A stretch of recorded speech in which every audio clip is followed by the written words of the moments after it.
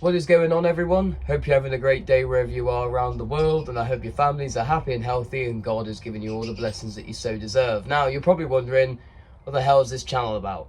Why have I got a guy on my screen just dressed the way he's dressed? Well, this channel is specifically to do with airsoft. Now, I did start out as something to do with the elections over here in the UK, and now I've kind of taken a break from that, and I'm actually just chilling in the airsoft community. Now, I started playing airsoft early this year, and I have to say, I am thoroughly enjoying it. Absolutely 100%. Now, when I first started airsoft, I wanted to go with a style that wasn't the same as everybody else. Everybody else was wearing, like, kind of just camouflage, such as this, your bog standard, like, English gear, or, you know, they all kind of look the same. Now, I'm a bit of a history buff myself, and I decided, you know what? Let's go dressed as German World War II. I've also got interest in German World War I as well. I appreciate the equipment with the Germany stuff. Also, I am planning to do an American World War II kit, also a British World War II kit, and eventually maybe get myself an American Vietnam War kind of loadout. But for the time being, I'm currently building up my German World War II kit. Now, this isn't usually the jacket I wear. This is now the jacket that I'm wearing in the woodland areas, just because it keeps me somewhat camouflaged. I've got a nice little bit of webbing here, which is actually East Germany. It's not actually World War II. A friend very kindly let me use this until I can get my very own black leather webbing with all the Car 98 magazines and everything, magazine holders, sorry, that I can use, and so on. But, you know, at the minute, it's not too bad. Let me just step away from the camera so you can see. Well, fake bayonet sheath, water bottle, and of course a little magazine holder in the side here where I can stick my things. So that's pretty good. Now, as I said, this is usually the jacket that I wear. This. And it's not World War II, right? Unfortunately, it's not World War II, but it's kind of, I'm on a cheap budget in a sense, you know. There's a cost of living crisis over here in the UK.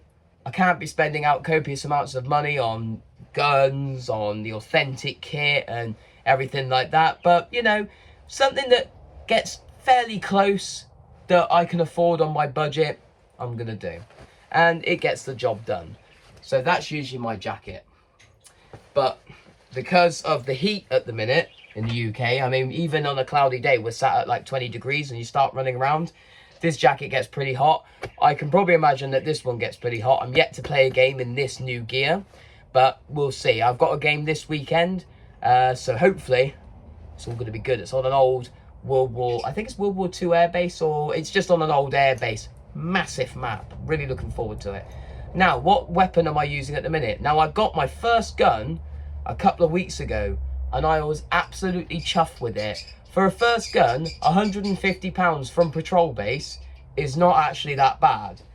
And it actually got everyone really shocked in my local airsoft game, or local airsoft site, sorry, because they were like, how is that shooting that good straight out the box? This is the Car 98K, right? Now, as you can see, there is a little bit of blue on there because I haven't got my UCARA license yet, which will be changed this week, maybe even today. I'm going to fill in the form and then send it over to the correct people and hopefully, God willing, get my UCARA license so I don't have to worry about rubbing alcohol on the gun. And that's exactly what I did. It was half blue, half not, and it looked awful. And so I spoke to one of my mates who's a massive airsoft fanatic, and he said, get rubbing alcohol and rub it all over the gun. Really work it in there and you'll get that blue off and you'll get the wooden finish underneath. We also put a little bit of sniper's tape on there just for grip, and also when I got it, this bit had actually come apart a little bit, but not so much now because we managed to push it back together. Apologies about my budgie chirping in the background. Every time I start a video, he wants to talk, he wants to put his input in, so you're going to have to forgive him. Whenever I do a video in here, you're more than likely going to hear him, so apologies about that. So, let's get on to the gun itself. Now, this was from Patrol Base. I believe it was £120. I got 2 magazines with it, and plus postage as well. I think it narrowed it up to about £150. So, what it comes with is this is not the cleaning rod. It doesn't actually come with the cleaning rod, which is Kind of annoying in itself, but it is what it is. The safety is on here. I don't know if I can get close enough to show you guys, but you can only engage the safety once you've cocked the weapon back, which the weapon is clear. I already pre-made sure of this. And you can only engage the safety on and off when the weapon is cocked. So again, I'll just show you here. You move that over there, move it back, yeah? Weapon is safe, absolutely fine. So, next thing, obviously the bolt. When you are got it shouldered and you're pulling that bolt back, don't go and then do that, because it just, you have to, I just did it then. You have to like, not just go halfway, because many's the time I've thought I've cocked it and I've not, and then you end up pulling it back again, and then you double feed, which is never very good for the gun. So just make sure when you pull that bolt up, make sure you firmly pull back all the way, not yanking it, but just a firm pull till you can feel that you hit the end. Back down, fire at the bag, no problem. So what I really liked about this gun is the fake firing pin. Now check this out. You'll see that come out there. Show you again. So every time this bolt is pulled up, you have that fake firing pin. Makes it a little bit more authentic. Now this is spring. Now the reason why I decided to go for a spring gun as my first gun is because I didn't want to worry about batteries. I didn't want to go through that kind of grind, because I've been to airsoft games and I've seen people's guns go down, their batteries break or they get wet, their entire gun goes down. And I was thinking to myself, do you know what? I really don't want that hassle. So I bought the spring Car 98K. It's not the shell ejecting one. You can get the shell ejecting one on patrol base, but I decided not to, because it's going to be a faff to try and pick up the shells, reload them again, put it back in. You have 5 shots and then you have to repeat that process. From probably 3/4 of the game, you're picking up your shells and loading them. So I didn't want that hassle. So I went with the magazine one. And here's the magazines. Let me show you now. I've got everything in this bag. I should have probably, I've got it out beforehand. Take out that too. So anyway, right. That's your magazine. Look how tiny it is. Tiny. So this is how you load it. I was going to just go ahead and do it then. This is how you load it. So you have a button here. Push it towards the end of the gun, the barrel. Flap comes open. Magazine. Got a little handle on it. See there? Make sure, and the hole at the top there. Right? So make sure the magazine is going into the gun that way. So it goes, tuck it in here. Goes right in there. I can't really show you on camera too good, but it goes right in there, tucks nicely well up into the gun, and then you hear that click. Right? Just double check it, because you'll see a little button here. Right? There's a little small little button. And I'm only filming on a phone camera at the minute, so I can't really show you. But there is a button in there, right? Close it up. Can't get bang, bang, bang. I think it takes about 15 to 20 shots, I've calculated. But I could be wrong. I haven't actually sat there and counted. You pull the button back again, as we did before. Opening the hatch. There's a button in there. Now, you've got to be really fiddly with your fingers with this. So you have to push the button, then pull the magazine out at the same time. And you, again, just when you're loading it, make sure it's gone in all the way, because I've done this myself. I've thought, yeah, it's in there. Close the hatch, and I'm not firing. Oh, yeah, I need to push it in, hear that click, off you go. Bang. I'm going to take the magazine out for safety and all that, you know. This is essential. Trust me. I thought I lost it last game, and I thought, oh my days, you know, I'm going to have to load them in by hand. But this is just so essential. It's so helpful. I actually just bomb my mags up as I go along because it's so handy. I always have it in my pouch here.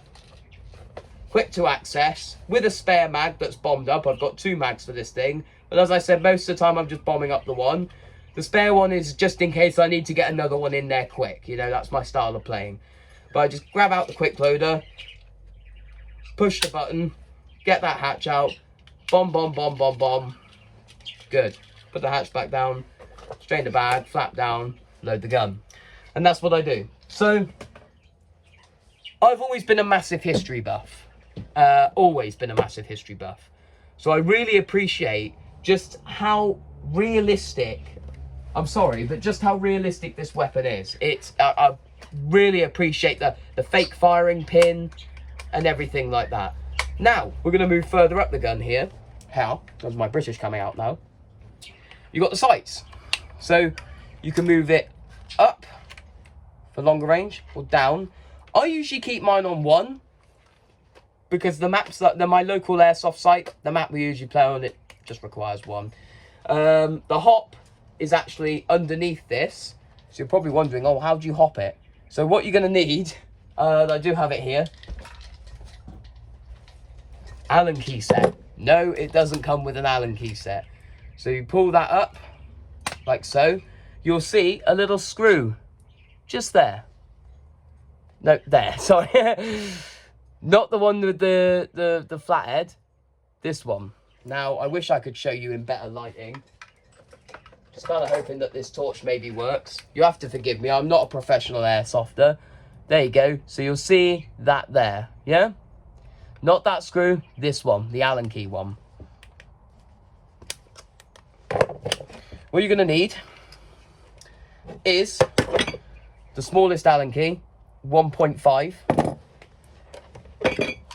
You slot it in there, little turns, and get it adjusted to where you want to be shooting.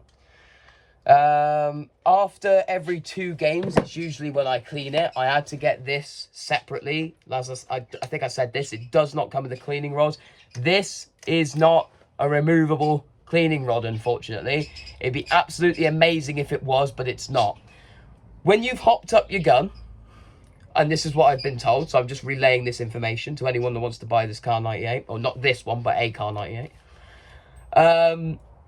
What I've been told is when you've got it hops like I have now, it's all adjusted, ready for my next game, and you want to clean it, you have to remove that hop, not completely remove the screw, but just ease it off. You'll feel it when it's eased off the hop. Then go in there with your cleaning rod, clean it with some tissue or some, I've got mates that say wet wipes as well, wet wipes works. You probably have your own way of doing it, but wet wipes, whatever you're using. I don't recommend using oil. I don't think you should use oil. Maybe just get a second opinion on that. I'm only a newbie when it comes to airsoft. I'm only a newbie. I'm not claiming to be a professional. I'm not claiming to know absolutely everything. But I just like to document this journey with my squad, with my friends, called the Iron Stars, which I'll go into in a minute. But anyway, so just ease that hop off because you want to, basically have the hop completely released and then clean your gun, do whatever you got to do, then readjust it, ready for your next game or whatever it is that you're doing, right? This is currently 377 FPS. Technically speaking, I've been to sites, they say it's not classed as a sniper, but it acts like a sniper. You see where I'm getting at with this? It's not classed as a sniper, but it acts like a sniper. So do you know what we just call it? We say this is gender neutral, all right? You can stick a scope on there. You have like the special attachments here. I feel like my phone or the lighting is fogged up here a little bit. I'm not too sure what it is, but you can't really, there you go, right? You stick your scope on there, it goes round, boom. And that's your Kar 98 scope. Again, very similar to the real Kar 98. Realistic Kar 98. My wording, eh? The real Kar 98, all right? So that's your kind of, I think that's a good gun to start off with. No worries about batteries. It's spring, mag's easy. The whole setup of this is easy. It comes with a spare spring in case your one goes down. You will at one point need to replace the hop unit. If you're going to play airsoft games and you're going around with people who talk to people, there's a lot of people that do work on their own guns. And if you befriend them, sometimes they may help you out and help you sort your own gun out. So, you know, I've got several friends who are very happy to help me sort out my hop unit once it goes, and you'll know when it goes. But for a first gun, people, there's a lot of people out here, when I've been watching videos, listening to podcasts, they say, no, you have to spend like 200 to 300 quid on a gun, your first gun, for it to be any good. This is £150 from Patrol Base. Shoots like a pro. Absolutely astounded people at my local airsoft site that were like, wow, straight out the box, it shoots that good. That's amazing. I got 10 kills on the game before the last one and 8 kills. So I'm at currently 18 kills at the minute. 8 kills at my last game, 10 kills at the game before. So, you know, but it's not all about kills, you know. I'm having a good time with it. I leave the end of the day and I'm absolutely chuffed with it. So, highly recommend this, to be honest with you, if you're into your World War II stuff like I am. The next gun I want to be getting is the STG-44, because I've heard, unfortunately people, I have heard that the MP40 motors in the airsoft guns are crap. And apparently you can't get spares for them and you can't upgrade them in any way, shape or form, which is a massive, massive shame, because I really wish that you could. And it's so unfortunate, but that's just the way it is. That's the cards we've been dealt. So let's go to the next best thing, the STG-44. And once I get that, I'll come at you with that review. Now, because this is a video, the first kind of video to do with airsoft on this channel, what is the Iron Stars? Now, this is what I want to end on now. What is the Iron Stars? The Iron Stars is a group of mates. We decided to make our own little kind of airsoft squad, get our own little patch, yeah, and call ourselves the Iron Stars, and document our adventures in the airsoft world and the places we go, the destinations we travel to play games. Eventually, hopefully, we'd like to be playing in Germany, maybe even France, maybe Scotland, I don't know. We kind of want to get on those milsim games. I know for a fact that we are planning to go to a battle sim. I don't know if that's any different to a milsim, but this is going over the course of a couple of days. The game doesn't progress through the night, from what I believe. They might have a nighttime game. I'm not too sure. I still need to get more information on that, but eventually maybe even getting to some of the invite-only games, which is where we want to go. So this channel documents the start. So what you got to understand, people, is this is the start for me. This is the start for several others, you know, in the squad, because they have only ever been to one site, maybe another site, and we want to go to all sorts of different sites and document our time. So what we want to get is a lot more GoPros. We want to get some equipment to document our gameplay. At the minute, I'm taking videos on my phone because, again, it's pouring money into the channel, pouring money into the airsoft, pouring money into bills, groceries, everything like that. So I'm just a realistic guy, you know. When I see something that's like 500 quid, you see airsofters online going, yeah, that's really good price, but they don't take into consideration just the cost of living. It's an expensive hobby. Airsoft is an expensive hobby at the end of the day. And if I find something that's really good value, just like the Car 98, and it performs really good, I'll push that out there and say, this is good, it's budget friendly. But don't go, one thing I will say, and one thing I have learned, is do not go for anything that is cheap, because they never work, or they will just go down like that. They'll break, whatever. You need something that's robust, good. Patrol base is probably #1 place to go to. I don't know any of the others. Again, I reiterate, I'm just starting out. But that's it. Anyways, people, hope you enjoyed this video. Hope to see some people coming onto the channel, some fans, whatever, yeah, and get a nice little community built up right here on this channel. Maybe even meet some people who have come and met me through this channel. We get into contact and maybe play some games together. That would be amazing. Loving the airsoft community. I think it's great. I really thoroughly enjoy it. When I do my week's worth of work on the weekend, that's the one thing that I genuinely get excited and I'm genuinely looking forward to when I'm doing my week's work. I'm progressing my way to the airsoft game because I absolutely love it. Great community, great people. But you do get a few crap eggs there, but it is what it is. Don't let it ruin the sport.